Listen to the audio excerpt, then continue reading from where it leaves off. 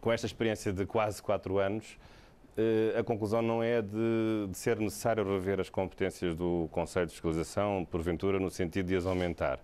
Acho que devemos manter esta experiência, de desenvolver ainda mais o nosso trabalho, de efetivarmos ainda mais e melhor as competências que a lei nos atribui, a lei quadro do Sistema de Informações nos atribui, e talvez só daqui a uns anos fazer essa avaliação no sentido de saber se é necessário que o Conselho de Fiscalização tenha mais competências. Acho que por agora essa não é a nossa conclusão.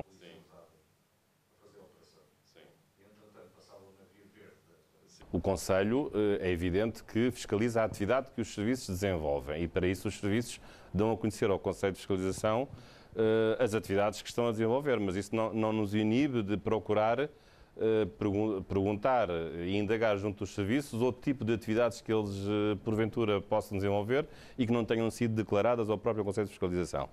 Mas a nossa atividade é uma atividade atenta desse ponto de vista, embora partindo do pressuposto de que são os serviços que nos oferecem a indicação dos processos que estão a investigar, visto que recebemos regularmente uma lista desses processos por parte do Secretário-Geral, nós temos sempre uma capacidade de dúvida e de indagação, não só dentro dessas matérias, vendo os documentos, falando com pessoas, indo aos locais, mas também de conversar com os dirigentes dos serviços e saber se há ou não há outras atividades além daquelas que são enunciadas nesses dossiês, coisa que até agora nós nunca encontramos e, portanto, também nos deixa bastante satisfeitos em relação ao êxito da nossa atividade de fiscalização.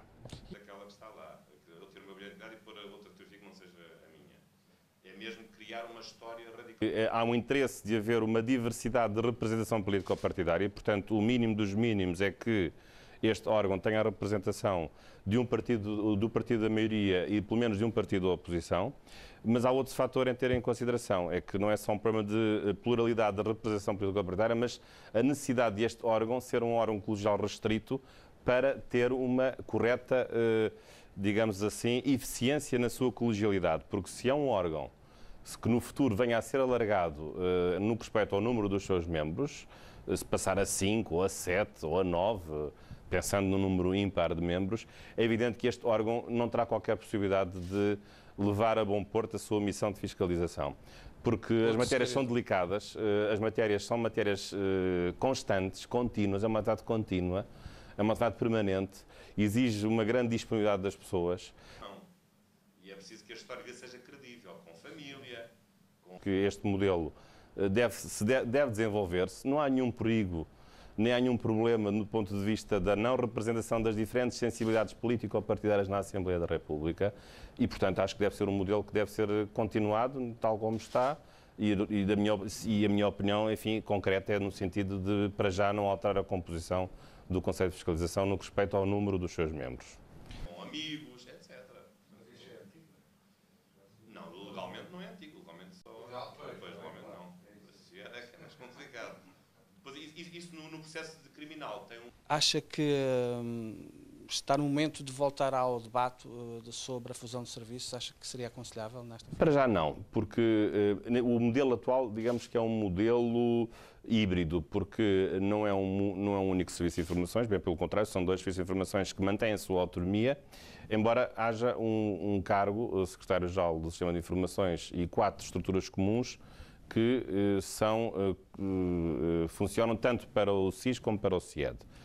Ele nunca poderá instigar ao crime, mas poderá estar a acompanhar a prática de um crime. Não pode ser provocador.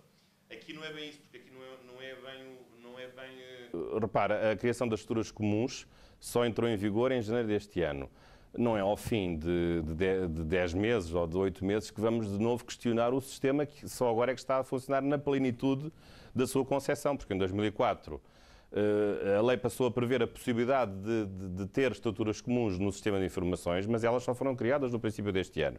Portanto, eu creio que ainda é cedo para estarmos de novo a reavaliar o funcionamento do sistema. Acho que temos de esperar mais alguns anos e depois disso, sim, verificar se funcionou bem assim, se a experiência recomenda a fusão num único serviço ou se a experiência recomenda a total separação entre os dois serviços sem a existência de um cargo de secretário-geral. Mas neste momento eu acho que qualquer tipo de solução é sempre precipitada porque falta experiência e, por outro lado, também temos de evitar estar sempre a mudar as leis constantemente. E este setor é um setor particularmente delicado que carece muito de estabilidade legislativa e, portanto, acho que se deve pensar, sobretudo, em avaliar essa experiência, pôr os mecanismos a funcionar, que foram criados há pouco tempo, e depois, daqui a uns anos, fazer essa avaliação. Agora parece-me prematuro estar a reequacionar esse problema. Mas é um problema, mas com certeza que sim, não é? Atribui esta resistência que, neste debate académico que existe sempre, à fusão de serviços. É o quê? É o fantasma da PIDE? É um pouco o fantasma da PIDE, que ainda está próximo de algumas pessoas, até em outros contextos, quando estamos a falar da PIDE, não no contexto, digamos, da segurança, mas também há um raciocínio teórico também interessante, que é evidente que o poder, quanto mais dividido estiver, menos poderoso será. Todos nós sabemos que, por exemplo, o Estado absoluto do século XIX era um Estado absoluto porque era um Estado de concentração de poderes no rei.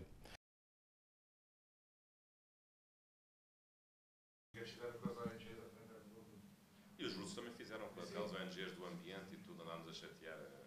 As informações militares, evidentemente, têm de existir sempre, devem continuar a existir, porventura com uma colaboração mais próxima com o CIED e até com o SIS, porque não? Hoje os problemas da segurança já não são estanques, essa é uma nova realidade. Depois do 11 de setembro digamos, a ideia de que não há separações estanques entre a segurança interna e a segurança externa, e eu acho que essa diluição de fronteiras, a perda de uma noção territorial da segurança e da insegurança, também se deve refletir ao nível das instituições e, portanto, também, desse ponto de vista, devemos adequar, afeiçoar as instituições também às novas ameaças e às novas realidades que, infelizmente, o mundo de hoje está a enfrentar.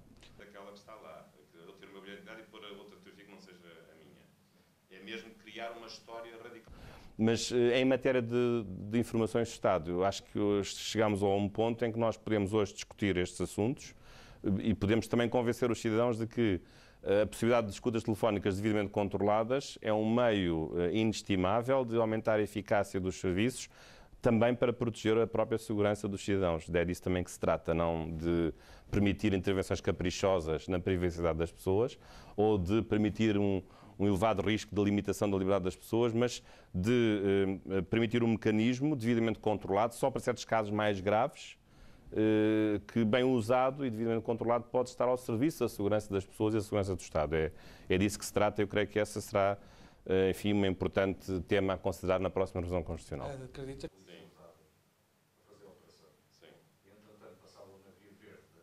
Acredita que durante estes anos nenhum serviço fez escutas? Tanto que aquilo que eu me apercebi enquanto exercia estas funções, eu tenho exercido até agora, essa questão nunca se equacionou e, portanto, nós nunca detectámos da nossa parte a atividade de escutas ilegais por parte dos serviços de informações. Tem sido sempre essa a nossa atenção, a nossa tarefa, como calcula, tema de muitas conversas com os dirigentes e com os funcionários dos serviços de informações e, portanto, nessa matéria, por aquilo que nós pudemos observar, nunca detectámos essa irregularidade. Com amigos, etc. Mas isso é antigo? Não, legalmente não é antigo, legalmente só. Pois, legalmente não. Isso é mais complicado. Depois, isso no processo de criminal tem A Lei 9 de 2007 veio permitir aos agentes de informações a possibilidade de possuírem identidades alternativas, portanto, um nome diferente, uma história de vida diferente, até os veículos automóveis podem usar, que os agentes utilizam, podem usar matrículas ditas falsas, portanto, outras matrículas não as verdadeiras, para proteger a identidade do agente que está a efetuar uma atividade de produção de informações ou de pesquisa, etc.